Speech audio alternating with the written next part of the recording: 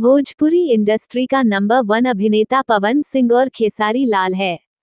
दोस्तों, भोजपुरी के इन दोनों अभिनेताओं में आगे पीछे निकालने का होड़ मची रहती है। कभी खेसारी लाल अच्छे फिल्म निकालते हैं तो कभी पवन सिंह, तो इसीलिए हम यह कह सकते हैं कि भोजपुरी इंडस्ट्री का सबसे अच्छा अभिनेता खेसारी लाल और पवन सिंह है। भोजपुरी इंडस्ट्री के सुपरस्टार और गायक खेसारी लाल यादव का जन्म बिहार के छपरा जिले में 15 मार्च 1986 में हुआ था।